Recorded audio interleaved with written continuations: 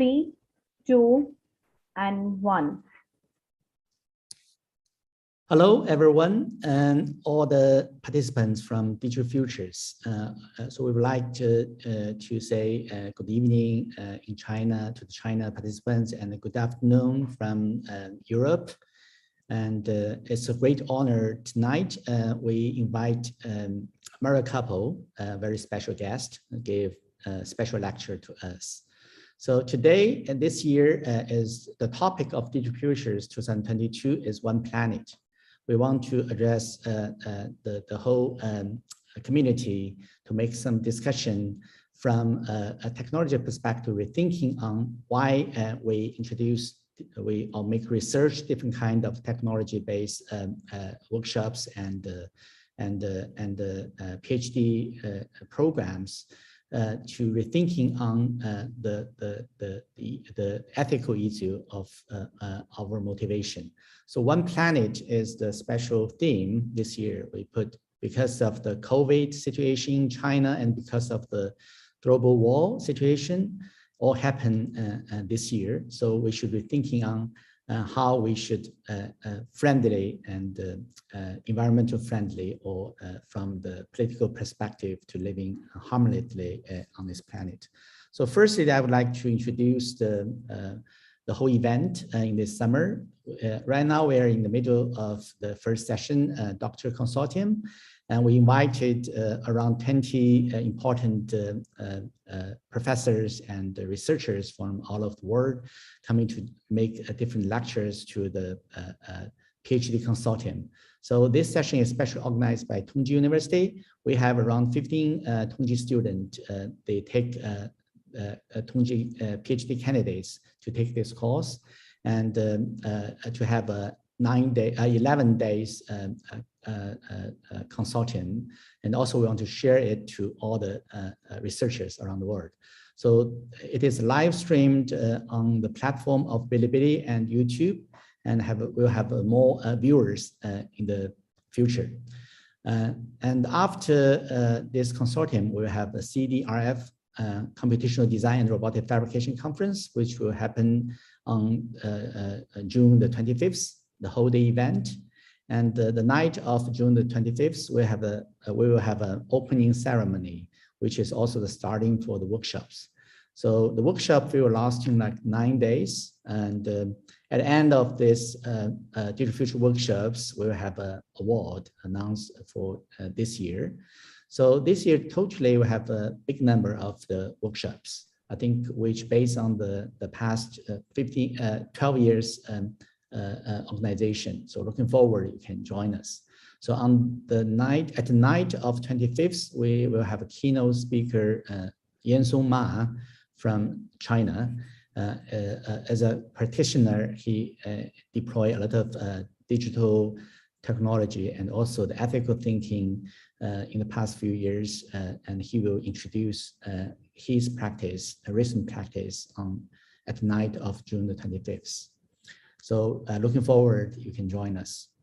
And this year, briefly introduce, we have more than 130 workshops from all over the world, and more than 260 instructors will teach in different workshops. And briefly introduce the speciality of this year is we set up like 12 language channels. We have different coordinators who actually set up different hubs all over the world. So the channels including English, Chinese, Spanish, Portuguese, Arabic, Turkish, Japanese, Korean, so on and so forth. So all of us will join together and at the starting the opening night. And so looking forward, we can successfully organize the workshop this year. And Digital Futures, someone in last day's discussion mentioned we are like the metaverse of the architecture education. So we want to share a lot of courses and the researches and talks to each other. So Tongji PhD Consortium actually organized 3 courses on the architecture philosophy, architecture theory, and also the design methodology as well. So today it's a great honor to have Carpo here. And this morning, actually, we have Matthias de Campo. He make an introduction of the artificial intelligence algorithm, the scenarios he deploy in the design process. And tonight, it's more on the theoretical part and the historical part. So in the past week, and actually we have 7 different lectures from Daniel Bolligen and Matt Thompson, Li Shiqiao from UVA, and also Anthony Picon make a special lecture, and Isla Berman from UVA make another one. So this is last week, 7 lectures. At the weekend, we have 4 different panels, different sessions from the young scholars of the world. We have like 15 speakers participate. The session 1 is about advanced fabrication and robotics, and second session on the AI and the human-machine interaction, and third section on the hybrid forms and the virtual architecture, and the session 4, which is about the innovative structures and materials. So this is yesterday what's happened. And next, we want to also introduce, we have a journal actually organized by Digital Futures community. The journal name is Architecture Intelligence. The inaugural issue will be announced next week. So in the inaugural issue, we have 15 papers, and the first paper will be from Carpo, I think, which also have a strong relation to today's lecture. So Architecture Intelligence is a peer-reviewed journal for original research papers focusing on 3 scenarios, including smart habitat, virtual habitat, and the spatial habitat. So we try to invite all the researchers, including PhD candidates, to contribute your research on the digital technology in the whole life cycle of architecture, including the formation, simulation, optimization, construction, operations, so on and so forth. So looking forward your participant to this, contribute your papers to this special Architecture Intelligence journal. So thank you for that. And next, we would like to briefly introduce our special guest, Carpo. All of us know his name because his contribution in both the architecture history and theory and gave a very strong influence to the digital in architecture. Who is the Raina Benham professor from the Bartlett University College London. And he is a professor of architecture theory. And also he is a professor teaching in University of Applied Arts, Vienna. Carpo's research and publication focus on the relationship among architecture theory, cultural history, and the history of media and information technology. His Architecture in the Age of Printing, which published in 2001, has been translated into several languages. His most recent books are The Second Digital Turn and Design Beyond Intelligence, which published in 2017. The Alphabet and the Algorithm, The History of Digital Design Theory, which also very famous, was published in 2011. And another one is The Digital Turn in Architecture, 1992 to 1912, and the AD Reader as well.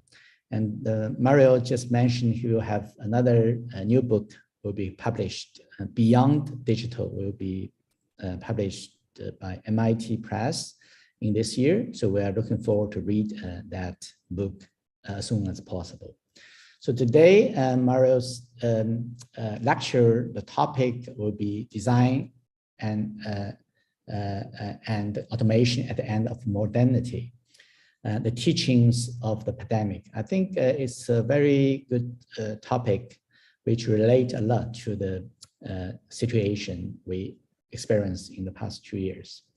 So we have long known that digital mass customization is cheaper, faster, smarter, and the more environmentally sustainable than the mechanical mass production of standardized items of the mass consumption. We have long known that the electronic transmission of information is cheaper, faster, smarter, and more environmentally friendly, sustainable than the mechanical transportation of people and goods. So when the pandemic obliged us to briefly suspend the modern, the Anthropocene mode of production. We did because we could. The pandemic has shown that the alternative to the doomed technical social model of the late industrial modernity today exists, and it is viable. Should we learn from the catastrophe, the disaster that just struck, and at the same time of writing is still unfolding, or pretend that the pandemic never happened? We start doing everything as we used to and waiting for the environmental catastrophe that is sure to be followed.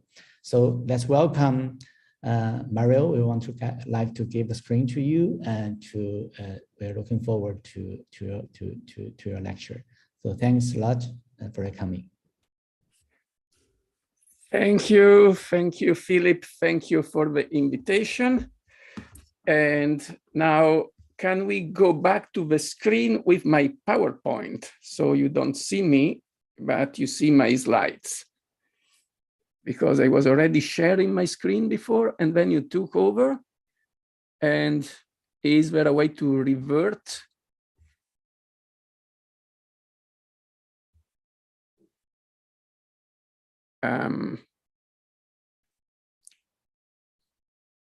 Can you do that, or should I reshare my screen? Yes, yes, Mario, you will have to reshare your screen. All right, I can do that. The same way.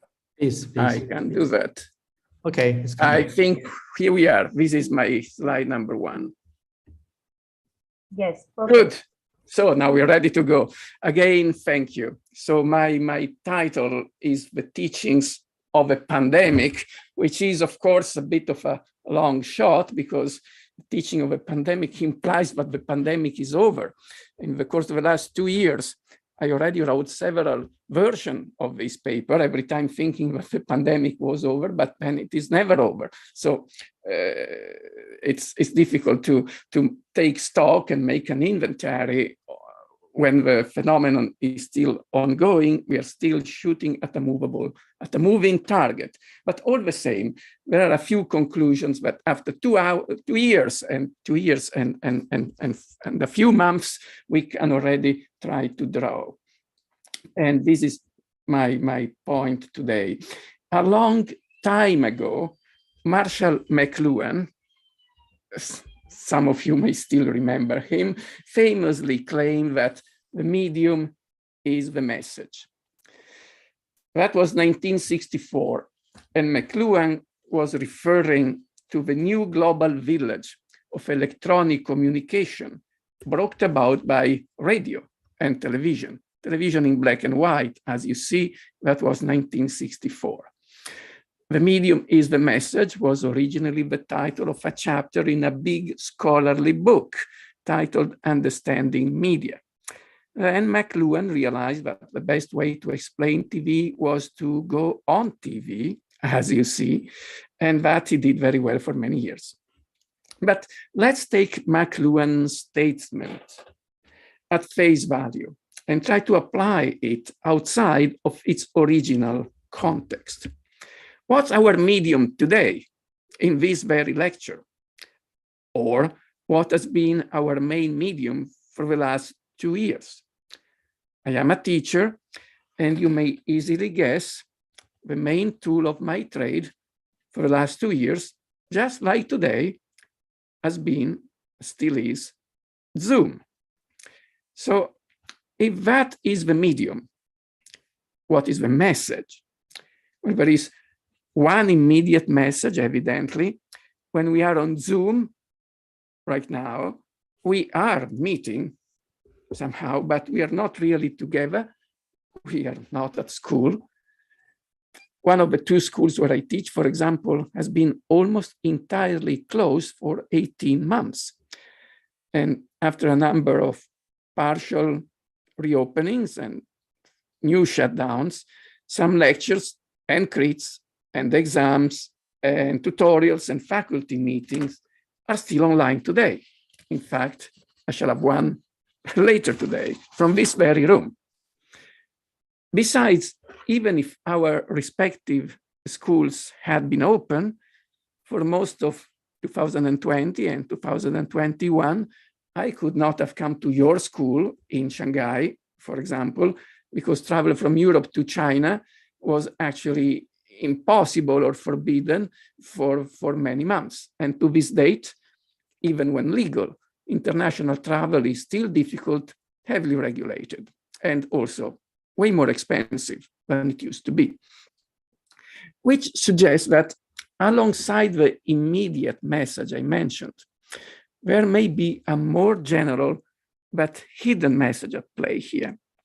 As we know, the global travel and transportation industry, the global travel and transportation infrastructure of the modern industrial world, all of a sudden come to a grinding halt in March 2020, when it just shut down entirely for some months, then restarting partially, intermittently, following the ebb and flow of the pandemic.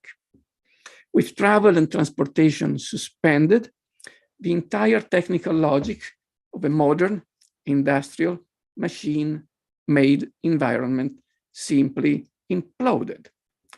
This is what many today like to call the Anthropocene, meaning the modern mechanical world issued from the Industrial Revolution and based on standardized mass production, global mechanical transportation, unlimited burning of fossil fuels. What we have seen for the last 2 years is simply the collapse of that world, the collapse of the Anthropocene. We all thought that the Anthropocene would come to an end little by little and over time due to global warming and climate change. Instead, the end of the Anthropocene came not by way of global warming, but by way of global infection, not due to climate change, but due to viral change. And it came suddenly, the space of a fortnight, in March 2020. The speed and timing and nature of the catastrophe were, of course, unprecedented. Yet for us, in the design professions, the end of the Anthropocene by itself should not have come as a surprise. After all, we had long been claiming that the technical logic of industrial modernity was obsolete, and it was due to be replaced by the technical logic of post-industrial electronic computation. In particular, we had long been claiming that the electronic transmission of information is faster, cheaper, smarter, more environmentally sustainable than the mechanical transportation of people and goods. Likewise, we had long been claiming that the distributed, automated, digitally mass customized fabrication of physical goods is faster, cheaper, smarter, more environmentally sustainable than standardized industrial mass production. The global catastrophe of a pandemic has tragically vindicated many of these long-held assumptions. Let's take a practical example. To keep to our own daily experience for the last 2 years, let's look at the way the pandemic has changed higher education. Let's review briefly the way we have been teaching and studying since COVID came in March 2020, and our schools shut down. You will not be surprised again to learn that being a teacher, one weekend in March 2020, without forewarning, all of a sudden, I had to transfer all my classes, lectures, tutorial, seminars from real classes to virtual ones, trying to figure out what we can and cannot do in this new electronic format. As all the media we use inevitably feed back on the kind of messages we can convey, this is, I'm certain we all know at this point, a complicated matter. Have a look at this snapshot taken from one of the first Zoom lectures I participated in more than 2 years ago. You see on the screen that was a classroom, a seminar at Yale. The main screen is Peter Eisenman, then aged 88. And in March 2020, Peter Eisenman started teaching online just like that, as if he had been doing that forever. But for me, it was a steep learning curve because I had no experience of remote teaching. Before March 2020, I had never done it. So I had plenty of catching up to do, technically and intellectually, not just learning to use the interface, but learning by trial and error. How can I teach sitting in front of a screen, often without even viewing my audience, just like today? But this is where I had to stop. And I asked myself, why on earth didn't I at least try to start and practice some remote teaching a bit earlier? Why did I wait so long? Why didn't I start long ago? All the technology we use today to teach remotely has been widely available, at least on campuses, since the mid-90s. And many experiments of e-learning and virtual classes were tested and tried back then in the 90s, when the technology was new and promising and exciting, and many thought it could change teaching forever and for the better. I think, for example, of the early work of Mark Taylor, the Derrida scholar, professor of religion and philosophy now at Columbia, then at Williams College. What you see on the screen is the table of contents of a book he published in 1994, which included the syllabus of a virtual class he had taught in 1993, jointly between his seminar at Williams College in Massachusetts and the University of Helsinki, between two classes which never met, and they only communicated. I don't know if it was the internet or at the time, what was it called? A satellite link or whatever. Anyway, the two classes merged by being 6,000 miles apart. And this, the result of his experience, were published in this book. And yet, in spite of such an early and promising start, e-teaching never really caught on. Even in more recent times, the rise of MOOCs, massive open online courses, has been widely dismissed, often disparaged by the global academic establishment, as well as seen with suspicion by activists of all ilk.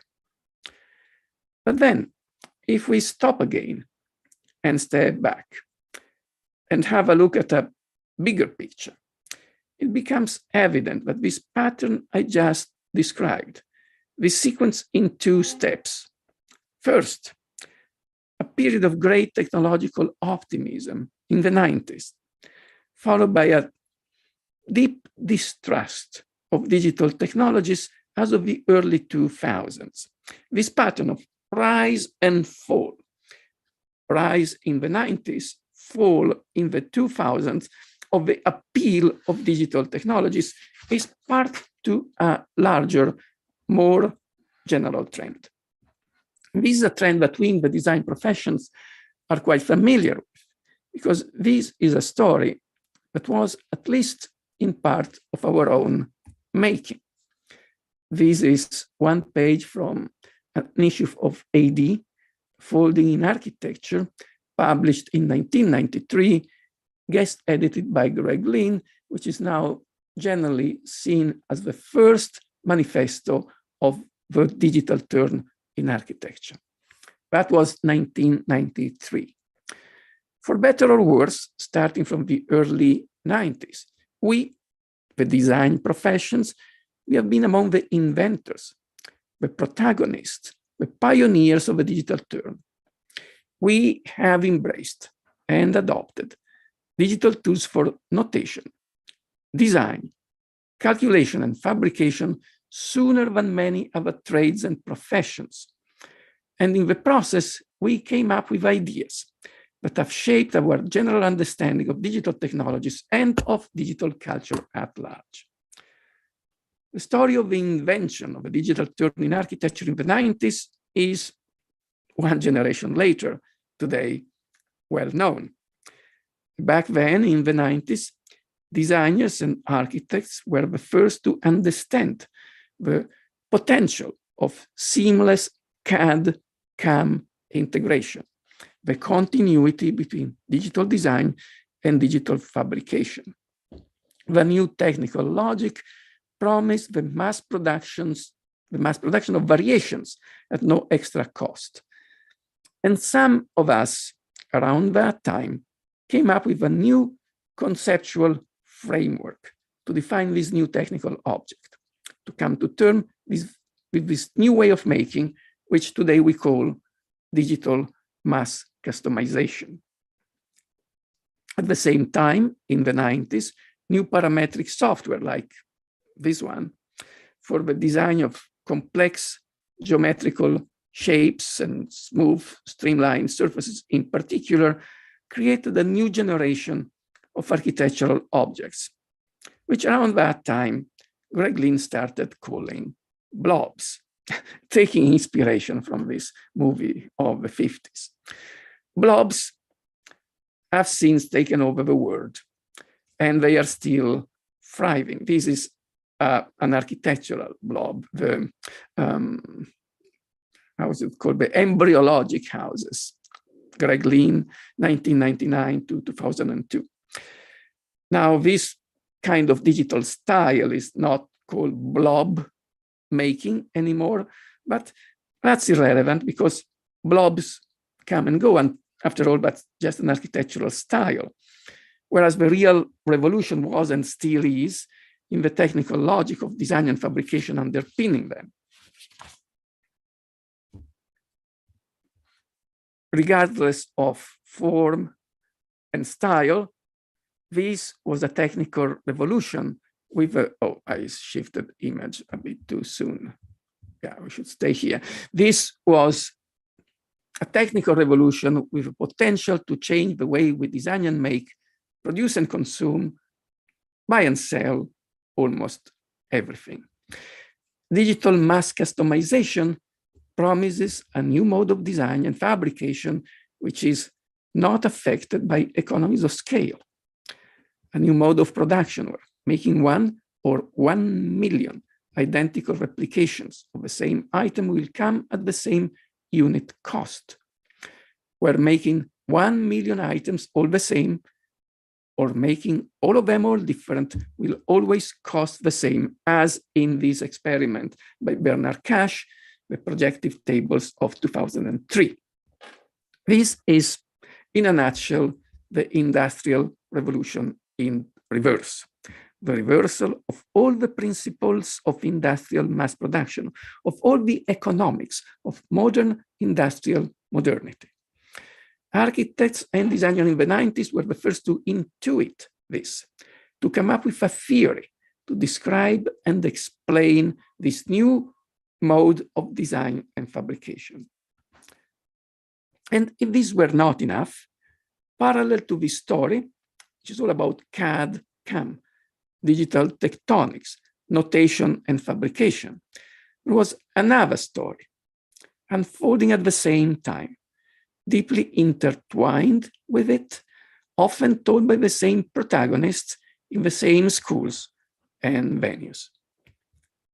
In 1995, Bill Mitchell, then Dean of Architecture and Planning at the MIT, published this seminal little book, City of Bits, where he argued that many things we do, economic activities and social activities alike, would soon migrate from physical space to a new electronic space called the internet, And as a result, many building types that define the modern city in the 20th century would soon be made obsolete. Mitchell made a list of functions and buildings slated to disappear. Remember, that was 1995, when the internet was brand new.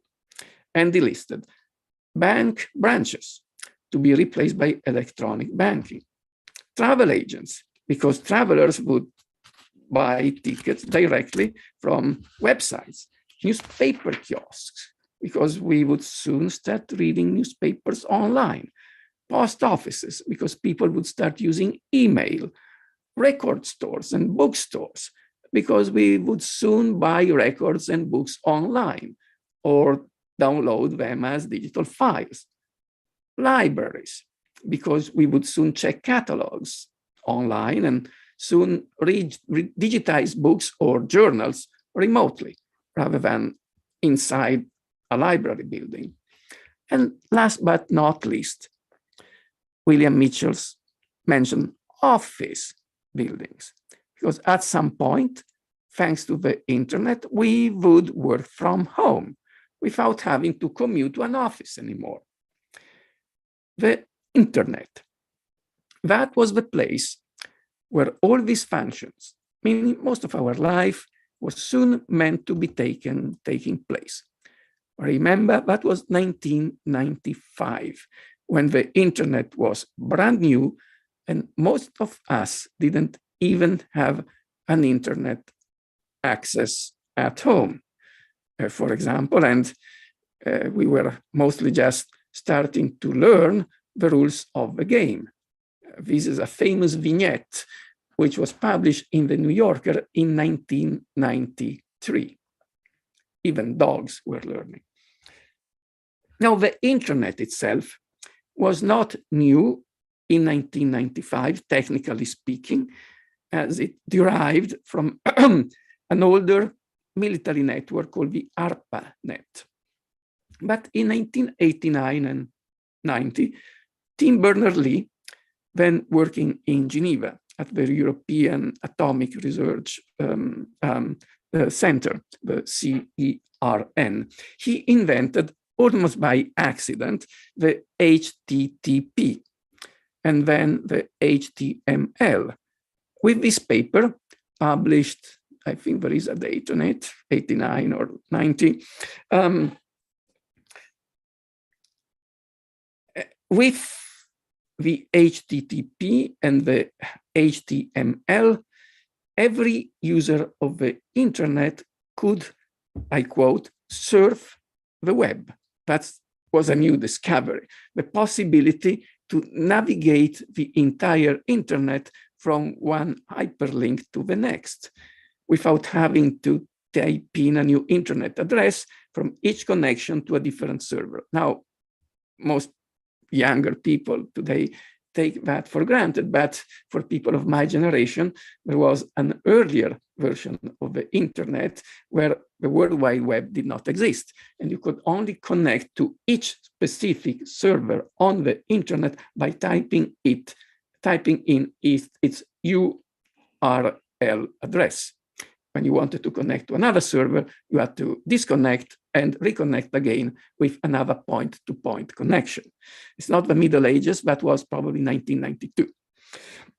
But with the World Wide Web, the internet suddenly became a user-friendly space, ready for popular use, prime for commercial exploitation.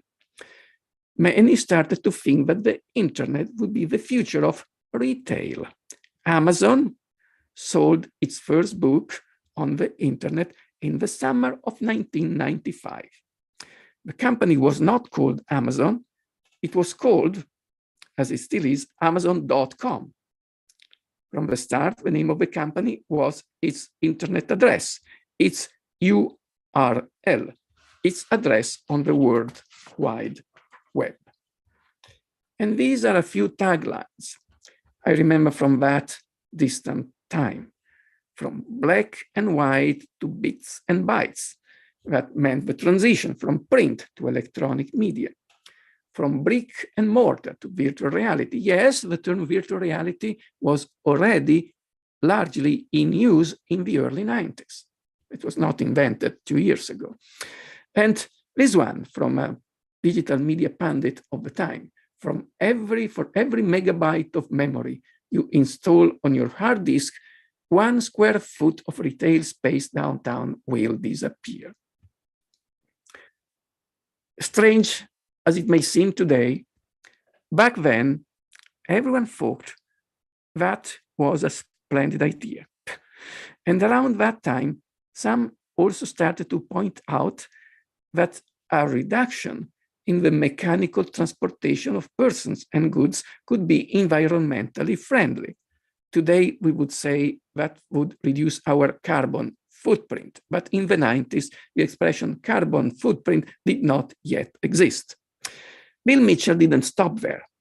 As an architect and urban theorist, he pointed out that the rise of the internet meant simply the end of the modernist city, the city of industrial modernity, based on the separation of functions, the concentration in specialized zones, part of the city where we live but we do not work, another part of the city where we work but we do not live, and another part of the city where we shop, go to the movies, or to have fun, but we neither live or work where permanent commuting, mostly by car, from one place to the next. This, Mitchell argued, was over. With the shift from mechanical transportation to electronic transmission, many of these activities could happen anywhere because they would mostly take place on the internet, in cyberspace. Hence, the functional segregation of the modernist city could stop. Cities could go back to being integrated, organic, multifunctional, multi-purposes, and messy, as they had always been before the rise of modern urbanism, which is why Le Corbusier wanted to eliminate the messiness of the traditional city to make a modernist city where everything is in a specific place and separated from everything else. And then Mitchell argued, most likely, many of these dispersed, distributed, despecialized electronic activities would merge at some point to consolidate in a new, reconfigured, electronically connected physical space, the dwelling, the place where we live, the new domestic space, home, no longer at home, but at home. This is how we wrote it. That was 1995. Now, where have we been for most of the last 2 years? After working from home non-stop for most of the last 2 years, we can certainly see some of the downsides of teleworking. Yet, 25 years ago, everyone thought that despecialization, namely the migration of human activities from physical space to cyberspace, as we said at the time, everyone thought that was the future. And that future, seen from 1995, looked good, promising, exciting. The term cyberspace was invented by, as we all know today, by William Gibson, the science fiction writer, in 1984, partly derived from Norbert Wiener cybernetics in 1948, which originally meant automatic piloting. In the 90s, cyberspace basically meant the internet, seen as an electronic alternative to physical space. But William Gibson's original idea from 1984 was based on electronic avatars. Hence, it was much closer to what today we call the metaverse. But that was 1984. Now, back to 1990 or to the 90s. Digitally intelligent designers, the digital avant-garde of the time, they were not the only ones to jump into cyberspace. It was back then a general leap of faith, a sudden surge of unrestrained enthusiasm for the redemptive power of the internet and of digital technologies in general. The digital revolution was seen as the final fix for almost every problem created by the Industrial Revolution. If he had lived to see it, Karl Marx, you remember that name from the 19th century? He would have said that the digital age was the final inevitable overcoming of the industrial age.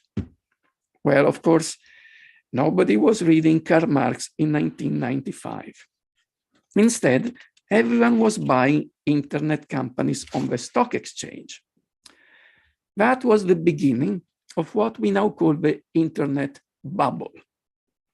The valuation of all .com companies, companies with a dot and a com in their name, implying that they were doing business on the internet or just suggesting that they would at some point, well, all those valuations skyrocketed.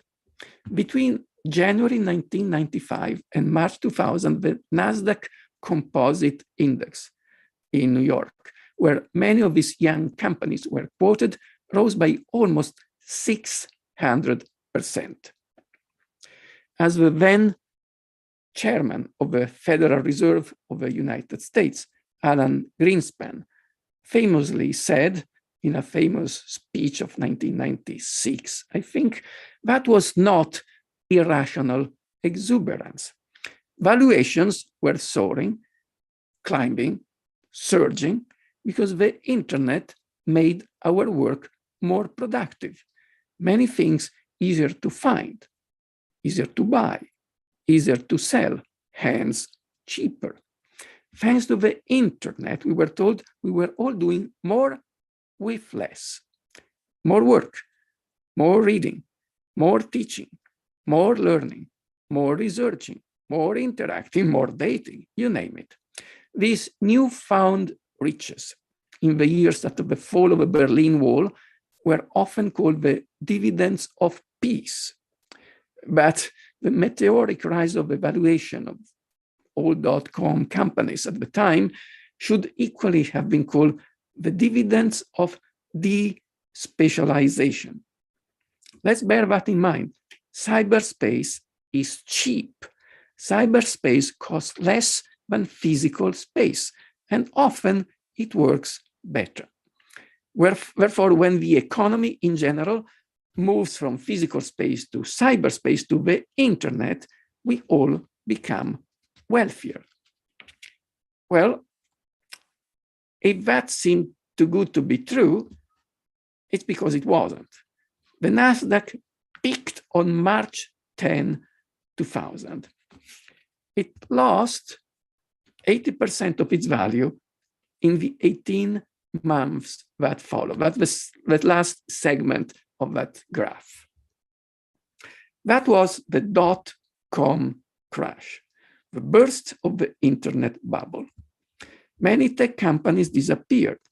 Amazon itself, now apparently one of the biggest corporations on earth, which made its owner, I think, the wealthiest or the second wealthiest person on earth. But back then, early 2000, Amazon itself barely survived because it lost 88% of its market capitalization in 6 months. The NASDAQ took 15 years to get back to its value of March 2000.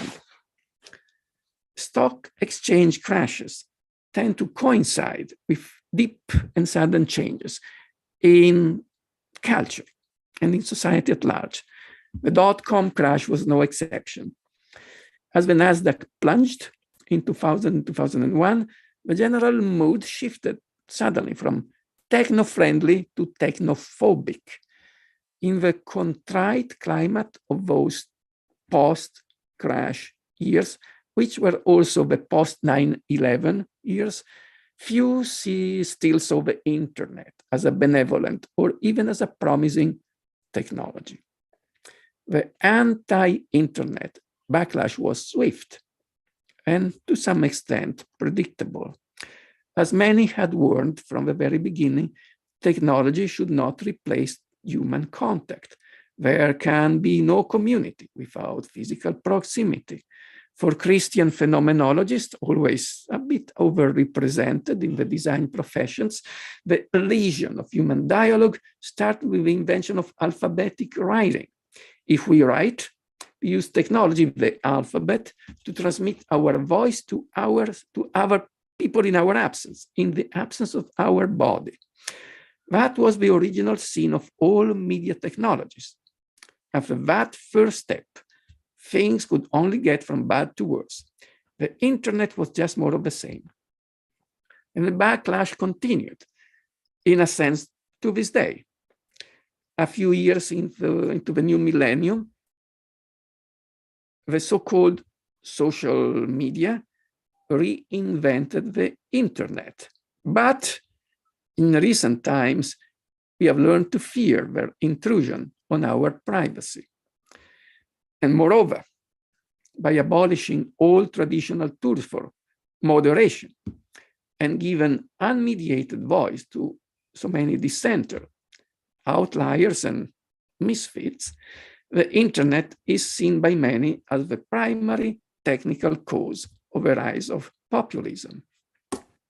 That may as well be true, although I suspect that if I had been a Roman Catholic cleric around 1540, I would have said pretty much the same of the use of the new barbaric technology of print by John Calvin or Martin Luther.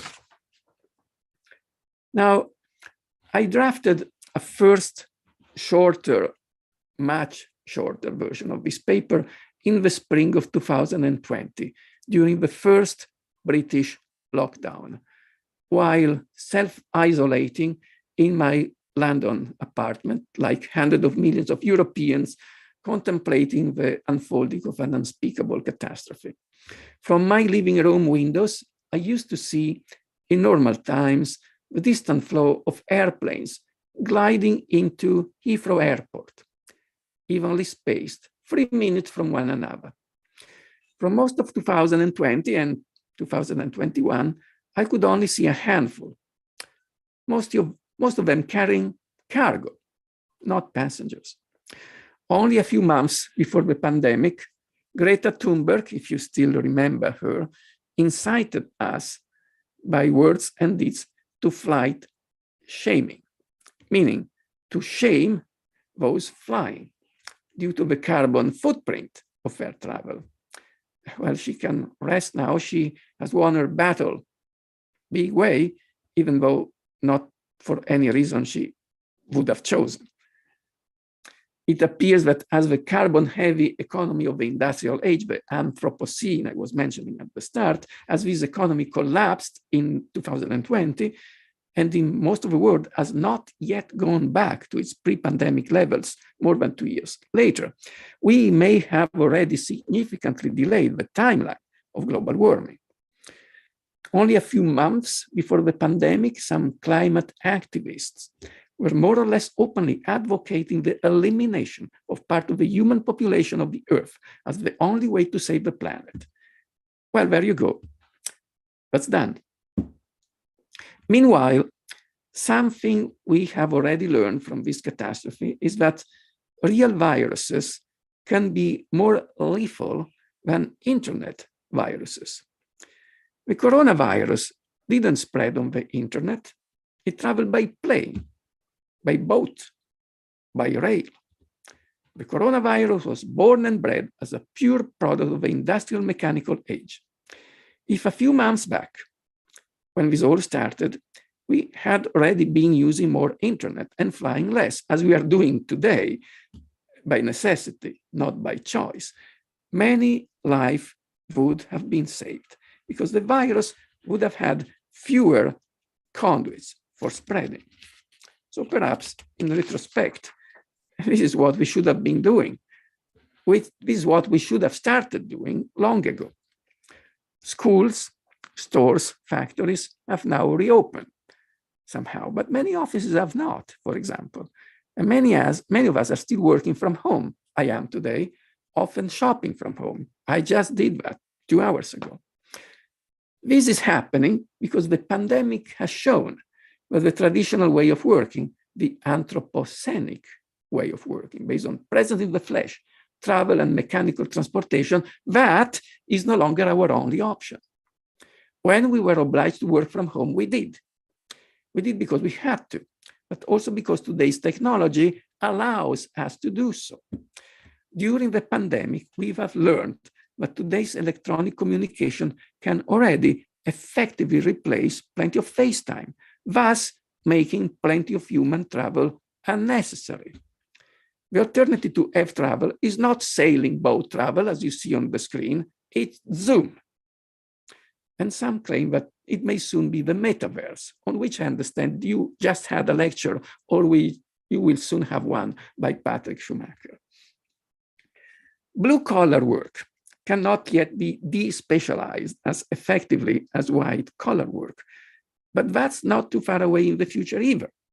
Fully automated robotic fabrication is already current in some industries, and in design schools, as you know, we are actually quite good at it. Robotic factories are mostly immune to economies of scale. They do not need to scale up to break even. They can be located closer to their markets, thus reducing the global transportation of raw materials and of most mass-produced goods and components. Anecdotally, but meaningfully, I know that right at the start of the pandemic, some among my friends and colleagues, like Manuel Garcia here at the Bartlett or Jenny Sabin at Cornell, they started to convert their 3D printers and robotic arms to produce PPE for medics and hospitals workers in need, on site, on specs, and on demand. This stuff was made 3 miles from a hospital in need. The delivery was made by bicycle, no need for an airport. Because this is indeed the point. This is what robotic fabrication was always meant to do. The same robotic arm that made a Zaha table set 2 weeks ago can make face shields for medical staff today, right next to the hospital that needs it. So delivery can be by bicycle. Once again, the emergency of the pandemic has proven a long-held theoretical assumption of digital design theory. The next wave of robotic automation will not automate the industrial factory. That's already done. That was done 50 years ago, and we shall need less and less of that. The next generation of robotic fabrication will eliminate the industrial factory and replace it with a network of smarter, nimbler, reprogrammable microfactories, flexible installations that will make things only when needed, where needed, as needed, using local materials, locally produced energy, and the global electronic network of data and computing power. The next wave of automation will not replace industrial workers, it will reinvent the pre-industrial artisan and its inherently sustainable circular economy. Now, I know full well, and I'm the first to admit and to regret, but many things have gone wrong in the way we approach computational tool, and even digital culture in general, in the course of the last 30 years. Digital theory has been infiltrated by a number of malevolent ideologies. And I do not only mean right-wing libertarianism, the political ideology of choice for many venture capitalists that invested in, promoted, and profited from digital technologies. That's the easiest target. But that's only the tip of the iceberg. Generally speaking, and in my opinion, more dangerously, the ideology of a so-called postmodern sciences of complexity has by now deeply pervaded contemporary computer science, offering a conceptual framework driven by the belief in the supernatural power of emergence and self-organization, by the search for the irrational leap in the dark, for the drastic and sudden reset, for the creative quantum leap, almost a religion inspired by a morbid fascination for the palingenetic power of a catastrophe. When this theory is applied to evolutionary algorithm, to generative algorithm, when it stays within mathematics, that's probably quite good. And that was John Holland's original idea. But in my opinion, when this theory is extended from technical systems to society and politics, when it becomes a political ideology, then it becomes a very bad idea, actually, a terrible idea. But this would be the topic for another talk. So let me recap and restate here briefly where we stand now. The pandemic has proven that if we sympathize with the post-human biopolitics of the germs, and we let germs free to self-organize, where, well, as most Western countries have chosen to do when COVID came more than 2 years ago. Well, if we do that, you know what? Germs will kill millions. Just like recent political events have proven that there is still a difference between democracy and fascism, but if we sympathize with the postmodern identity politics of nation states, and we let the nationalists free to self-organize, they will kill millions too. The pandemic and for the last week's war in Europe have brutally reminded us that reality exists even without interpretations. But there is a difference between fact and fiction, evidence and trial, reason and belief, science and voodoo, life and death. The pandemic and the war have proven that a complex project for a self-organizing universe of emerging vitalities is a sure recipe for catastrophe. And they have also proven that catastrophes, contrary to the principle of postmodern system theory, well, they tend to be unpleasant for those who find themselves in the middle of them. The pandemic and the war are an unexpected and unwelcome revival of the real. Both remind us that non-human entities, such as objects or germs, left to themselves are not our best friends. The jungle, left to itself, is not the friendlier place to live. We do not need object-oriented ontologies these days. We need socially oriented computing. We urgently need a neo-modern, neo-rationalist, neo-digital agenda for a truly post-industrial world. What the pandemic has proven, by temporarily but catastrophically obliterating every alternative, is that this agenda exists and it is viable. I just wish we should not have needed a global catastrophe to prove that we were right from the start. Back in the 90s, when we claimed that industrial modernity, we claimed that industrial modernity was doomed and that post-industrial automation and computation were the only alternative. After 2001, that quickly became a lost cause, often an unpopular one. Today, post-industrial computation is no longer a choice, it's our only remaining choice. There is no point in claiming that industrial modernity is unsustainable because industrial modernity is literally unsustained, having already imploded in full. There is no point in claiming that post-industrial computation is our future, because if we think of it, for the last 2 years, post-industrial computation has been our present. As it happens, we in the design professions, we have a few ideas how we could make post-industrial automation and computation work. 1 generation ago, we were among the first to conceptualize and theorize computational postmodernity. We were among the first to try to work with it, to try to make it work. First at small scale, then full size. 1 generation later, we are still among the best in that trade.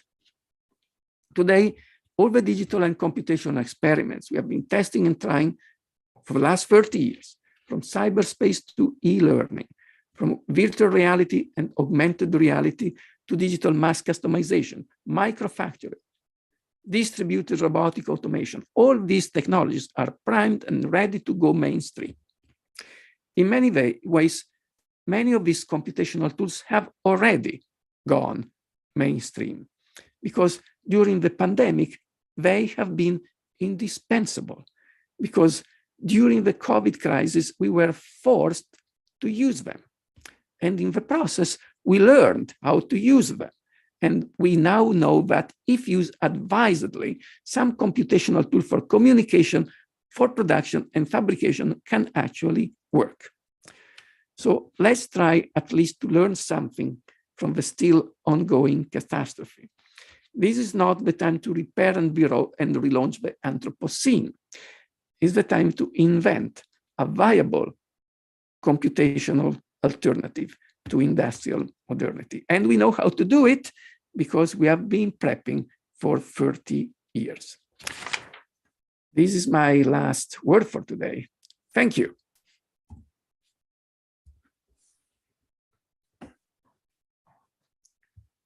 And now I can shut down my top share. Yes. Thank you so much, Mario. It's a brief history of actually what is the cybernetic history and also the digital history in architecture, which is especially interesting to starting new automation in our discipline. I think which we need to find such kind of historical and theoretical support to what we're doing and for the practitioners and to address our research and our motivation. So we have a lot of questions actually based on your profound thinking through history.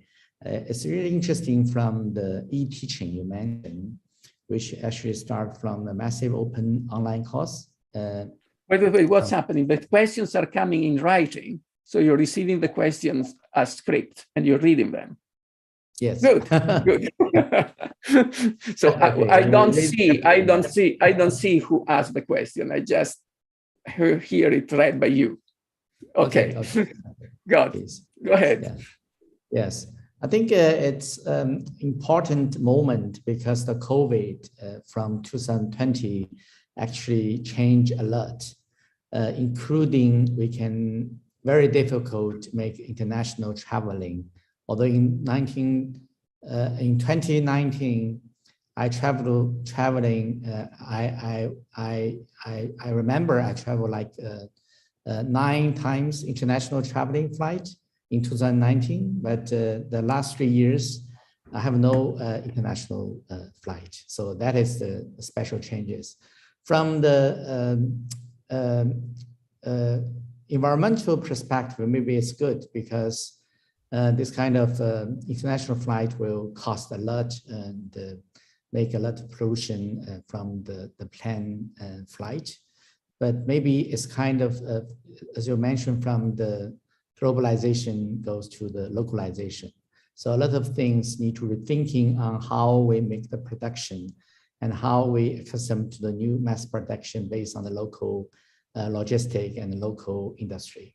So it's very interesting to have a rethinking from the starting point of the digital in architecture, including you mentioned from breaking and the folding in architecture, and the starting of the digital mass customization, which is actually from the end of 1990s, and also going through the internet crisis, the dot-com crash you mentioned. Maybe the specialization actually changed a lot the social networks and the ways of people thinking, and also including the reorganization of the social production globally. And I think the social media also very interesting. You mentioned the populism. The populism actually based on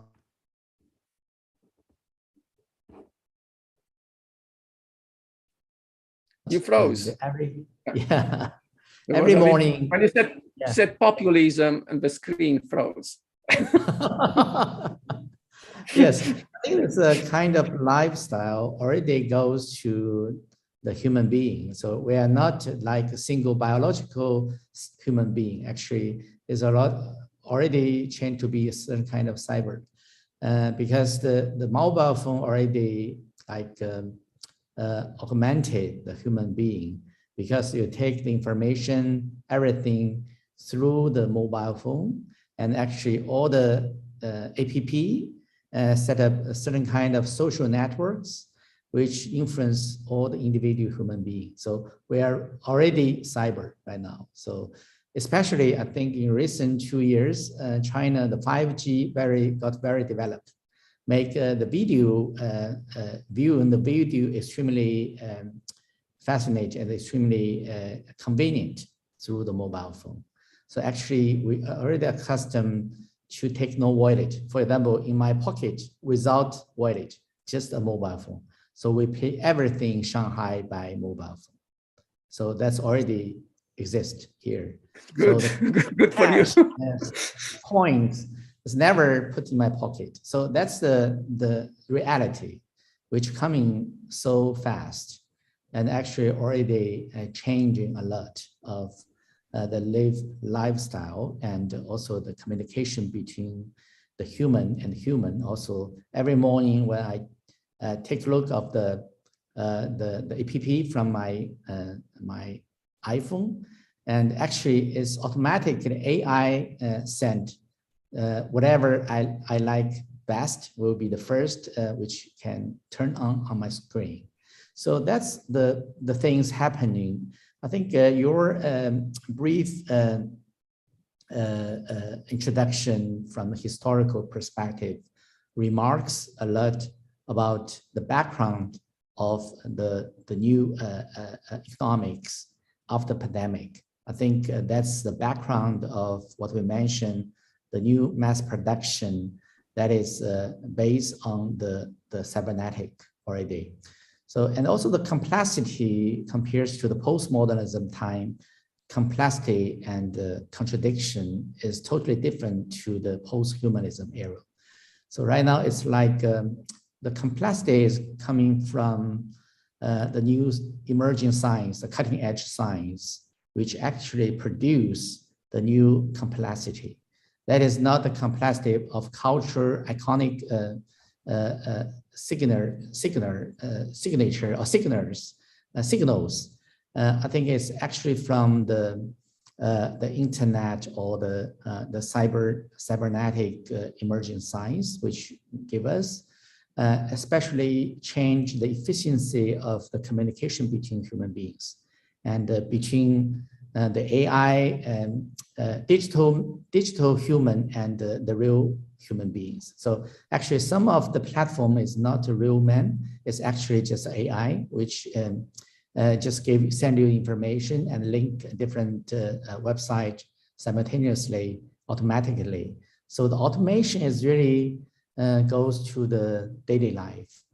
So over the past few years, I think, including my team, we make a lot of research, including UCL, you have the culture to make research on the robotic factory. And I think that's a new microfactory, as you mentioned. We already set up here, surround us. So next time, if after COVID, if we have some opportunity, we would like to invite you come to Shanghai and visit what's happening here.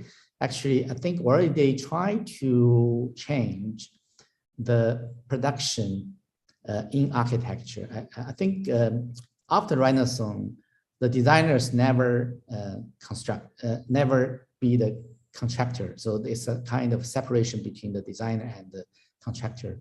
But after the digital transformation, I think it's possible coming back. The integration of the designer and the fabricator coming back. It's like a Superman and the Cyberman who are not only a designer, but also if your partner is, you have a robotics, you can be a Superman, that you can not only design, but also making just by yourself. So that is the new future, especially as a note of your lecture, I think showing what we're doing is meaningful because the cyberspace is reorganized by the automation, and the automation engage into the discipline of architecture. That's the phenomenon and the significant phenomenon what's happening really to us, surrounding us. So I think it's really clear of your paper and your lecture. It's really profound, it's kind of new enlightenment, I think, at the cutting edge, a special time to give us this kind of post-industrial, post-humanism era to rethinking on the theory and the architecture design. So I have one question. Will briefly goes to you because this morning we make a discussion with Matthias de Campo, and he actually set up his manifesto for it's kind of a new formalism, which based on AI, artificial intelligence. Actually, that is quite like a black box thinking process, which create a new kinds of creativity. I think that part is very interesting compared to the automation. So automation is showing a kind of social production, how we make the social production work in architecture. But actually the AI is totally redefining another manifesto or paradigm because it's like the creative, the centric of creation is not from human being. It's from the AI that is, it's very difficult to find whether it's a subjective, human subjective, or it's like a machine subjectivity. So my question goes to, because it's like a theoretical and historical review on what's happening and guiding us to the future at this special moment, COVID, post-COVID moment. So I want to ask you about this kind of AI, artificial intelligence. How do you think this kind of new knowledge will leading us to the future?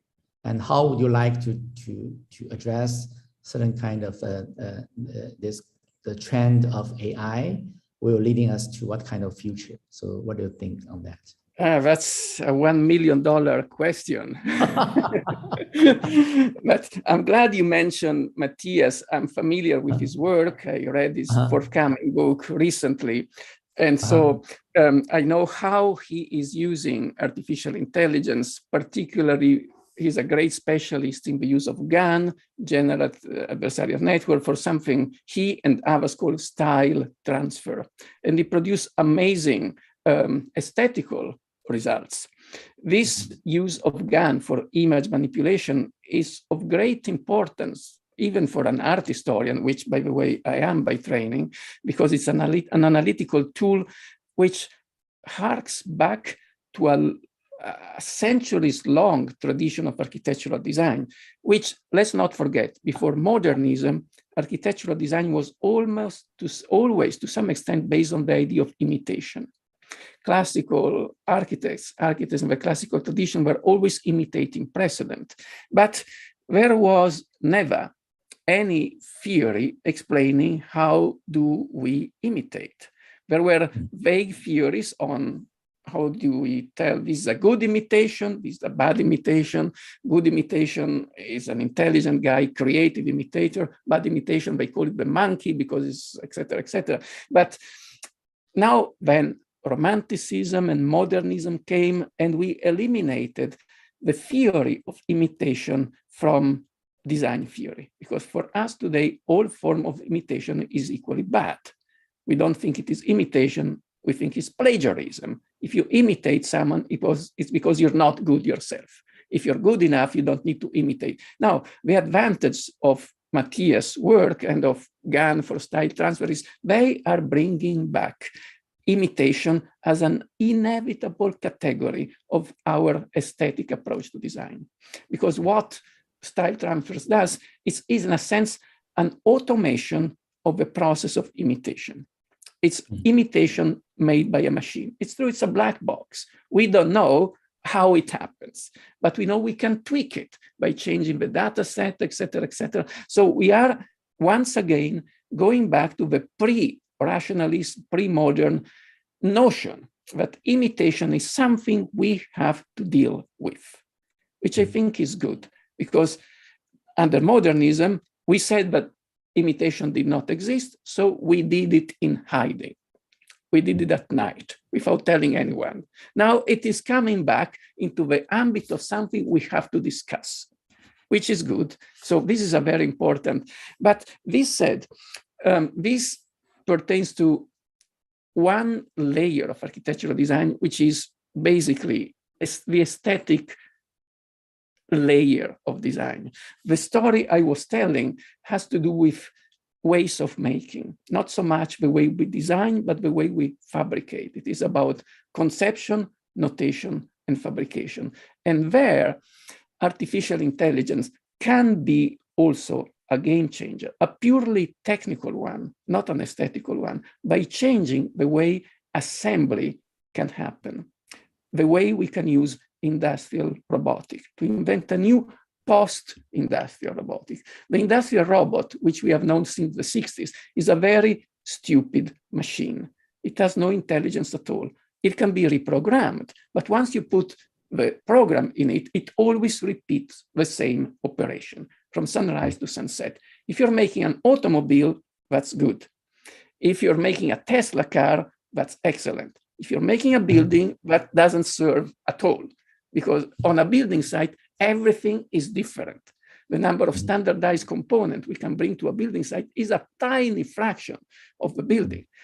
Throughout the 20th century, we have tried to industrialize and standardize, but to this day, what we can standardize, what we can make in a factory and bring for mechanical automated assembly as if it were a factory floor is only the curtain wall, only the facade. All the rest must be made on site, on spec, on demand. And an industrial robot cannot do that because it's a stupid machine, can only take a brick from here and put it there if the bricks are all the same. Because this bricklaying robot can only work with identical bricks going to pre-calculated position.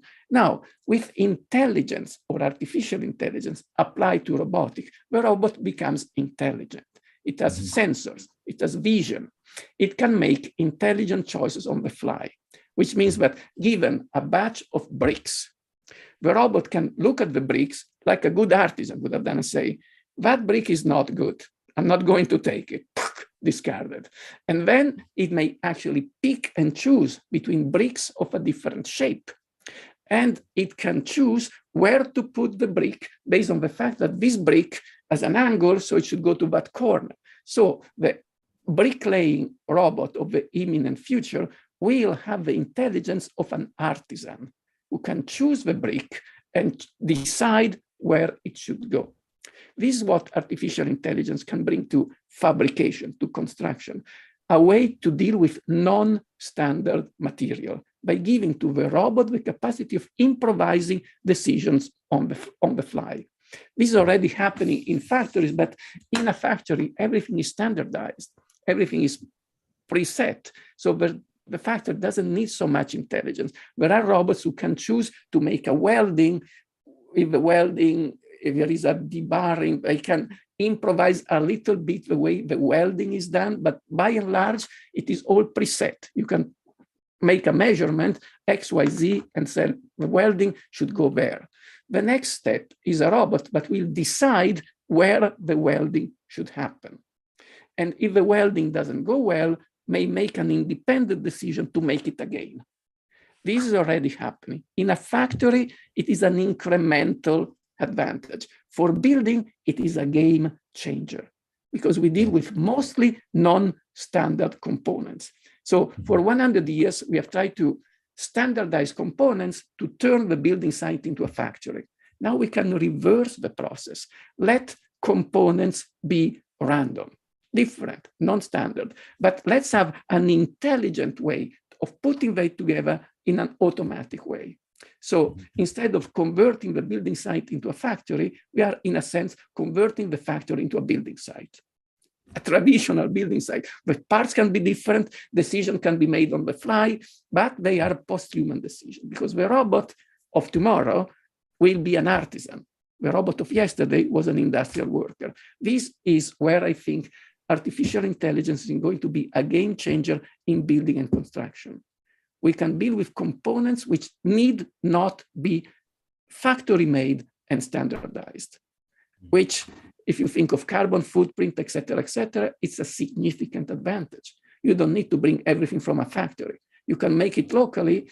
And even if the bricks are, a bit wacky and some are a bit different, you can still find there is a robot who will know how to deal with them. This is where I think artificial intelligence can bring a new approach to the way we build. But these two stories at some point will merge because design, fabrication, and construction, at the end of the day, it's just one building. So all this stuff should merge in the same logic. Great. A long answer. Yeah. So, and also Matthias mentioned you write a preface for his new book. I'm also looking forward to read it very soon. About, yeah, you wrote a preface. That's right. So we have a question, Mario, from YouTube, and asking, do you think that a new development that you indicate can affect the design of urban space? Automated thinking can influence the urban space. In principle, the whole proverb is that the building is a small city and the city is a big building. So a difference in scale per se is irrelevant. The difference in economical terms is that the building is generally owned by one agent, whereas the city is made by many people. And so there is this notion that the building is one corporation building or one owner.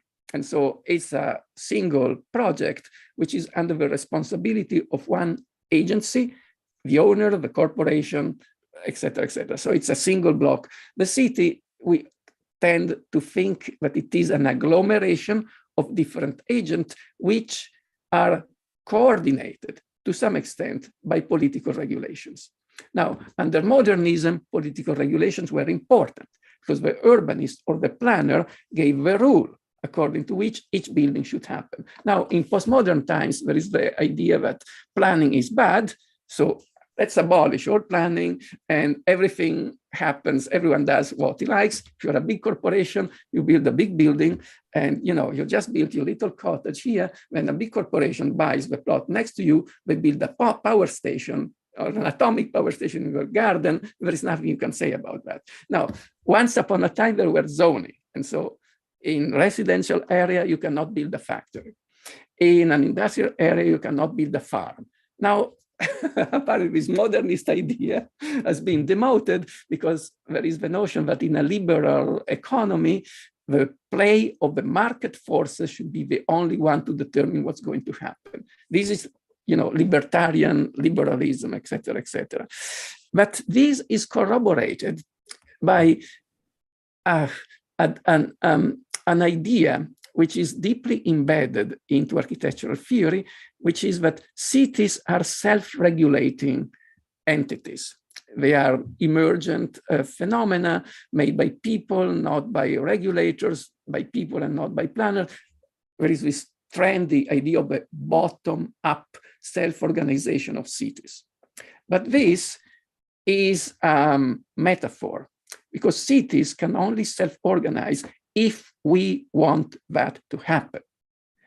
There is still a political authority, a council, a community, or something, to decide. If they decide that they let the market forces play out no matter what, then the city becomes self-organizing.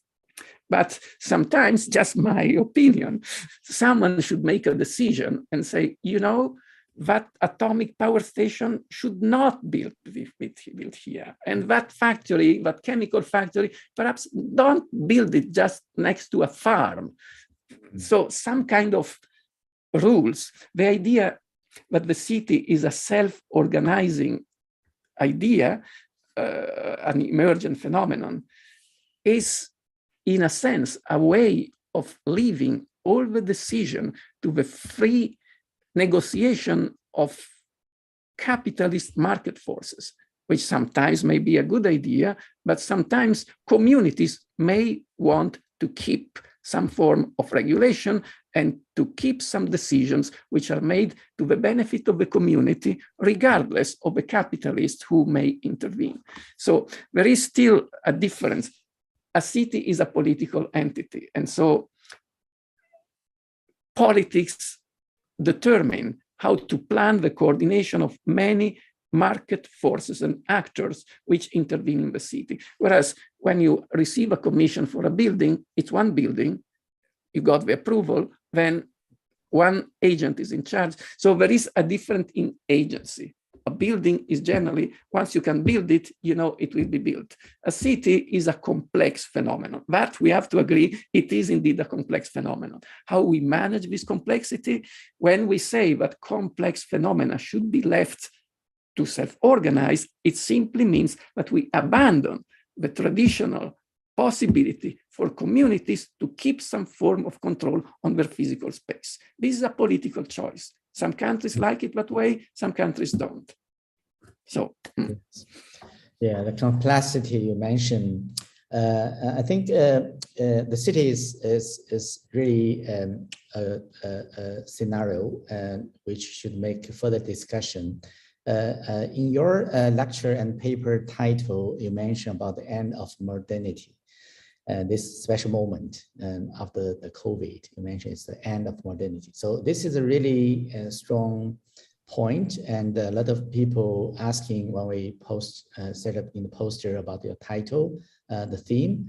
And so we have the postmodernism. They already announced the end of modernity. Modernism.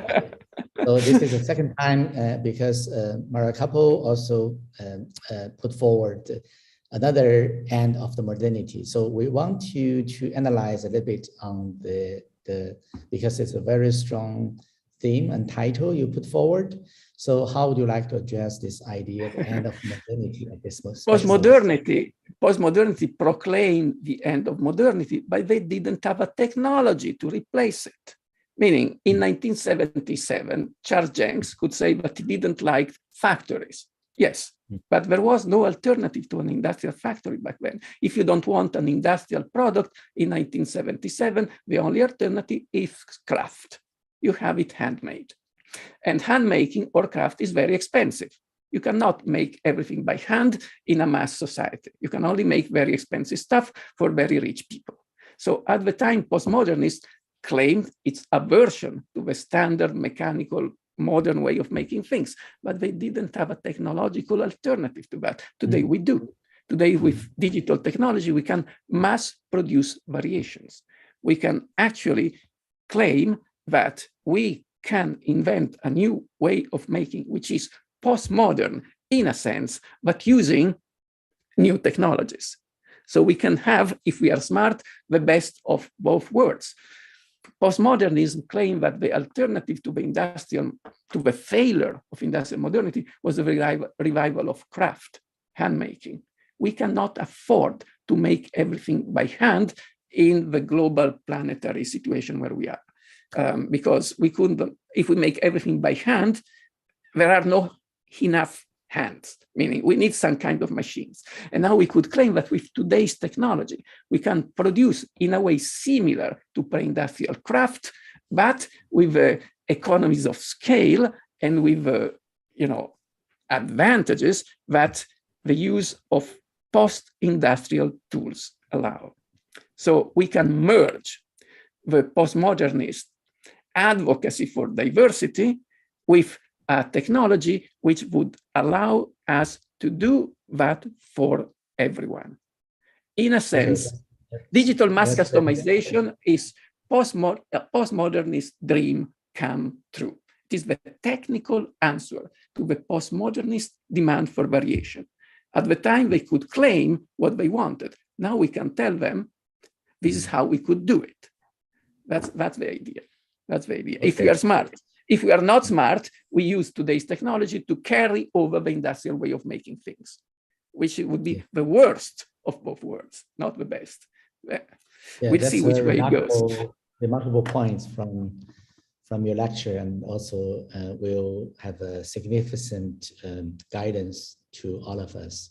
That's why we select this paper to be the first essay of the architecture intelligence. I think this is a special moment to announce it's the end of the modernity, which is based on the new mass production influenced by the intelligence, the architecture. Yeah, I would say that the end of industrial modernity. We need to invent a post-industrial modernity to some extent. A post-industrial modernity is what we need, which is what digital tools promise to deliver if we are smart. If we are dumb, it will not happen. It's up to us. Then following this question, because you also mentioned the post-COVID is the special opportunity. Is that opportunity, or it's like a special stimulate power to empower the industry transformation goes to even postmodernism? Is that the reason at this moment you think the transformation should happen at this very moment? Well, it was just a proof. It's just evidence. Sorry, yes. there is a feedback. It's just a proof that when necessary, we could use digital. Think of teaching. Until 2 years ago, 2 years and a few months ago, all the technology we are using now, it was already there. How many online lectures I did before March 2020? Perhaps once. And yet the technology was there. Now, for 2 years, we have been teaching online all the time. And now, when I go back to school, which I will at some point, hopefully, I mean, in a normal school where students can come without having to take tests every 3 minutes or whatever. Now we know through the experience of the last 2 years, which classes are best online and which require physical presence. We can make an advised choice. We do not have to be online all the time. We do not have to be on physical presence all the time. Now we have evidence that online teaching in some conditions, for some cases, it is effective. I know that some of my classes, by comparing what I taught online with what I had been teaching in a physical classroom for years, some of my classes actually work better on Zoom because students record them, because they stay online, because students, if they miss a few passages, they go back, watch it again, take notes, do searches, check on Wikipedia, et cetera, whereas in a lecture theater, if they fall asleep, they miss 3 lines and then they forget everything. So there are some lectures which I could claim, if I can, I would like to keep teaching online forever. I know that my school, they probably will not allow that because they want us to go back to the building, but this is a political choice, not one based on pure pedagogical choices. And then let's be honest, online teaching is cheaper. It could bring education to people who cannot be in London or in New York, because being landed in New York is expensive. And then there are visas, and many people are not allowed to come here because they cannot get a visa or whatever. It would be indeed a way to democratize education. But of course, there are powerful economic forces meaning all our universities invested so much money in building campuses, but now they want to use these campuses because if they remain empty, how can they? It's wasted money. The same for all these office buildings. The reason why I'm in this little room and not in my office is that in front of the room where I normally work, there is a building site. And this building site is, guess what? In the city of London, they converting an office building into a bigger office building. Mm-hmm. For whom? All these offices are 75% empty. They have been empty for 2 years and 4 months, and they're building more. Mm-hmm. Mm-hmm. That's a great challenge to the social organization recently, especially we experienced what's happened, the lockdown in Shanghai also influenced a lot of the industry and including the real estate market. So I think that's why after 2020, we set up DigiFutures. I think that's an online platform. And we have around, after 2020, we have around 300 lectures put down DigiFutures, Bilibili and YouTube platform. And totally we have 400,000 viewers, which is really big numbers. Someone tell us we're like a metaverse of the architecture education. I think it's like in the future, the new generation can reassemble different lectures as a new knowledge system based on themselves. I think that's totally changed what you mentioned, like the university organization. Some of the top university have the top professor, most famous professors. They give lectures, they give educations, but in the future, probably this kind of system could be challenged by the online teaching.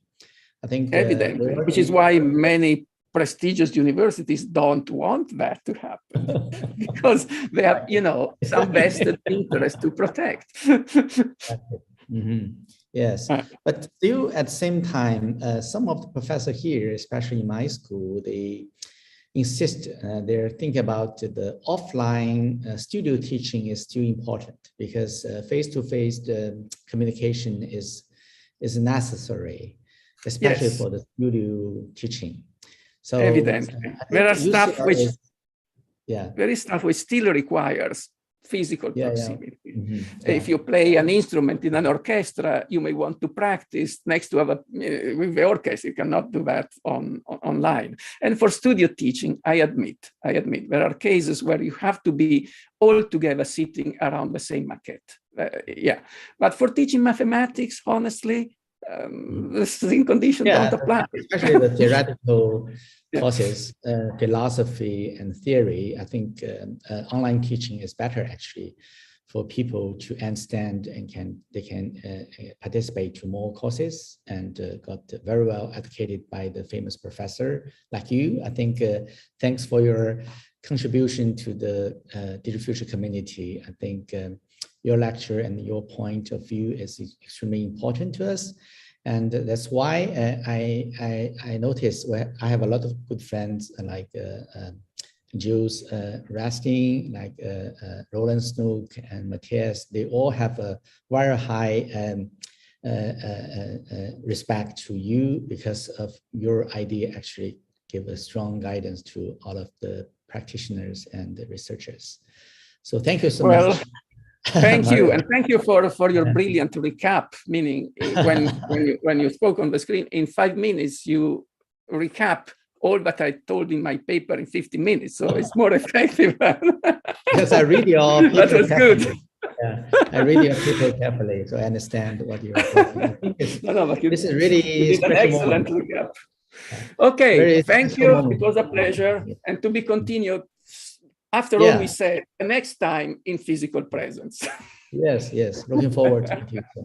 Thank you. See you soon. See you soon. Bye. Thank you. Bye-bye. Thank you. Thank you. Bye. Bye.